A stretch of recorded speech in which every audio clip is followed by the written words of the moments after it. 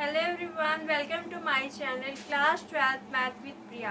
हम चैप्टर पढ़ रहे हैं, चैप्टर नंबर 7 इंटीग्रल्स को, और उसकी एक्सरसाइज 7.1 डिस्कस कर रहे हैं। लास्ट क्लास में हमने क्वेश्चन नंबर 8 एंड 9 डिस्कस किया था। आज की क्लास में हम क्वेश्चन नंबर 10 एंड 11 डिस्कस करने वाले हैं। तो देखिए हमारे पास क्वेश्चन नंबर 10 क्या है। क्वेश्चन नंबर 10 हमसे कह रहा है find the following integrals in exercise 6 to 20। जो हमारे पास 6 क्वेश्चन है उससे 20 क्वेश्चन तक हमारे पास जो क्वेश्चन है उसमें स्पेसिफाई नहीं किया गया है कि आपको कौन सा मेथड यूज करना है। आपको सिंपल फॉर्मूले लगा के इंटीग्रेशन करना है। क्वेश्चन नंबर 10 है integration of under root x minus 1 upon under root x का होल स्क्वायर, इसका आपको इंटीग्रेशन करना है। तो सबसे पहले हम क्या करते हैं, इंटीग्रेशन में जो भी आपके पास फंक्शन गिवन है उसको सॉल्व करते हैं, उसको सिंप्लीफाई करते हैं, ताकि हमारे पास जो फॉर्मूले हमने पढ़े हुए हैं उसके अकॉर्डिंग हमारे पास क्वेश्चन आ जाए। तो इसको हम सिंप्लीफाई कर लेंगे तो ये क्या मिलेगा, ये जो फॉर्म है ये बन रही है a माइनस बी के होल स्क्वायर की। सो a माइनस बी का होल स्क्वायर का फॉर्मूला क्या होता है, A square plus B square minus 2ab। उसको यूज करके हम इसको सॉल्व करेंगे तो ये हो जाएगा इंटीग्रेशन ऑफ, यहाँ पे क्या आएगा a का स्क्वायर यानी कि अंडर रूट ऑफ एक्स का स्क्वायर, तो ये हो जाएगा अंडर रूट ऑफ एक्स का स्क्वायर, और यहाँ पे हो जाएगा plus 1 upon under root x का होल स्क्वायर, तो ये हो जाएगा 1 अपॉन अंडर रूट एक्स का होल स्क्वायर, और माइनस में आ जाएगा 2। ए की वैल्यू यहाँ पे क्या है, अंडर रूट एक्स है, और बी की वैल्यू क्या है, 1 अपॉन अंडर रूट एक्स है, तो ये हो जाएगा 1 अपॉन अंडर रूट एक्स, और हमारे पास चल रहा है साथ में dx। तो ये हमने यहाँ पे इसको इस तरीके से लिख दिया।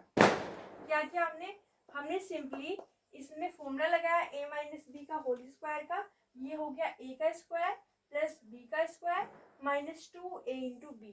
अब क्या करेंगे, अब इसको थोड़ा सा और सॉल्व कर लेते हैं, तो हमारे पास मिलेगा इंटीग्रेशन ऑफ, ये हो जाएगा अंडर रूट से स्क्वायर कैंसिल हो जाएगा, तो हमारे पास सिंपली बचेगा x, और प्लस में हमारे पास हो जाएगा अंडर रूट से स्क्वायर कैंसिल हो जाएगा तो 1 अपॉन एक्स मिलेगा, माइनस अब यहाँ पे देखिए ये जो अंडर रूट एक्स है और ये जो दूसरा अंडर रूट एक्स है ये कैंसिल हो जाएंगे, तो हमारे पास मिलेगा -2, तो ये हो जाएगा -2, और साथ में चल रहा है dx। हमने सिंपली अंडर रूट से स्क्वायर कैंसिल किया, सॉल्व किया, तो हमारे पास कुछ ऐसा टर्म मिल रहा है।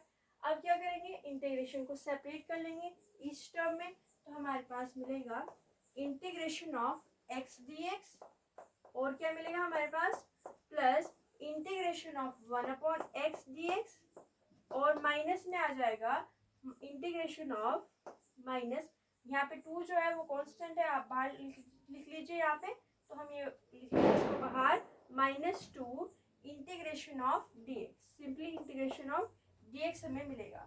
हमने इंटीग्रेशन को सेपरेट किया, ये पहले x के पास गया, फिर 1 अपॉन एक्स के पास गया, और फिर -2 के पास गया। -2 एक कांस्टेंट है तो बाहर आ गया, इंटीग्रेशन किसका होगा, dx का होगा।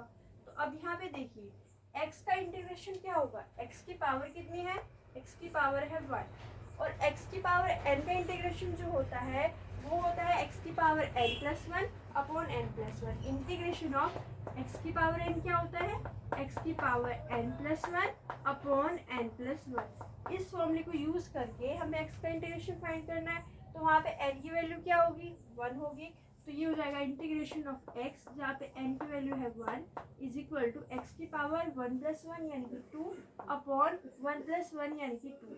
तो ये हमारे पास इसका इंटीग्रेशन आया, इसको यहाँ पे सब्स्टिट्यूट कर लेते हैं, तो ये हो जाएगा x²/2, और यहाँ पे आएगा प्लस में इंटीग्रेशन ऑफ 1 अपॉन x क्या होता है, log x होता है, तो ये आ जाएगा log mod x -2 integration of dx क्या होता है। देखिए यहाँ पे इंटीग्रेशन है और डी का मतलब क्या होता है, डिफरेंशिएशन, तो आप ये समझ लीजिए कि इंटीग्रेशन से डिफरेंशिएशन कैंसिल हो जाता है, या फिर आप ये कहिए कि यहाँ पे 1 जो है वो यहाँ पे इस तरीके से लिखा हुआ होगा, तो इंटीग्रेशन ऑफ 1 क्या होता है, x होता है, तो हम यहाँ पे लिख देंगे x, तो ये हो जाएगा 2x, और प्लस में आ जाएगा कांस्टेंट ऑफ इंटीग्रेशन c। ठीक है, इंटीग्रेशन ऑफ 1 क्या होता है, x होता है, तो ये हो गया हमारे पास आंसर, ये x²/2 प्लस log x और -2x प्लस c।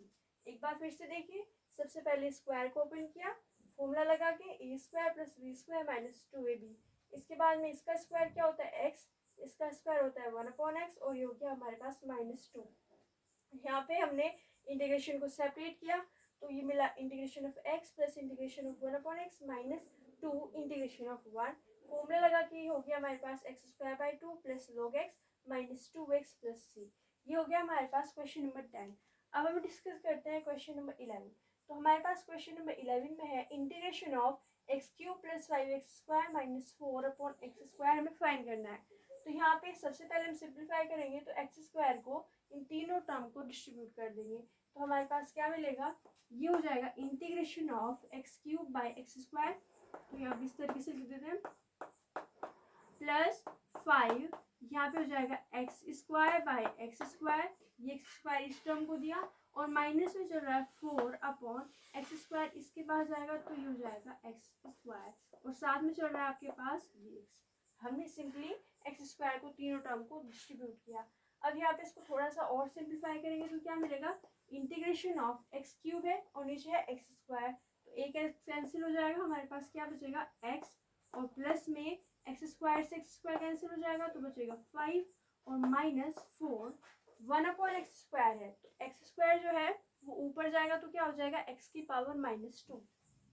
तो हम यहाँ पे लिख लेंगे x⁻² और साथ में आपके पास चल रहा है dx। हमने क्या किया, इसको इससे कैंसिल किया तो ये बचा x, यहाँ से x² कैंसिल हो गया तो बचा 5 माइनस 4 1/x² को हम क्या लिख सकते हैं x⁻² लिख सकते हैं। अब यहाँ पे इंटीग्रेशन को फिर से सेपरेट करेंगे तो हमें क्या मिलेगा, ये देखिए यहाँ पे इसको रफ कर देते हैं तो हमारे पास मिलेगा integration of x dx plus integration of 5 dx minus integration of 4x⁻² dx। हमने यहाँ पे इंटीग्रेशन को हर एक टर्म में डिस्ट्रीब्यूट किया। अब x का इंटीग्रेशन क्या होता है, हमने अभी डिस्कस किया था x⁻n+1 वाला फॉर्मूला लगा के, तो ये हो गया था हमारे पास x⁻n+1 मीन्स 1+1 यानी कि 2/n+1 यानी कि 1+1 यानी कि 2 और प्लस में आ जाएगा आपके पास 5, एक कांस्टेंट है तो बाहर आ जाएगा। तो x का इंटीग्रेशन dx का इंटीग्रेशन क्या होता है, हमारे पास dx का इंटीग्रेशन होता है x और माइनस में 4 भी एक कांस्टेंट है तो वो भी बाहर आ जाएगा।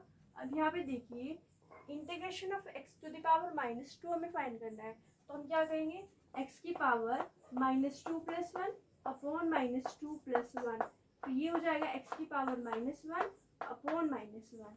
ये हमारे पास आंसर आया इस टर्म का इंटीग्रेशन करने के बाद में। तो यहाँ पे आप देखिए माइनस है और यहाँ पे माइनस पहले से चल रहा है तो ये प्लस हो जाएगा और हमारे पास मिलेगा x⁻1 जिसको हम लिख सकते हैं 1/x और प्लस में आ जाएगा कांस्टेंट ऑफ इंटीग्रेशन c।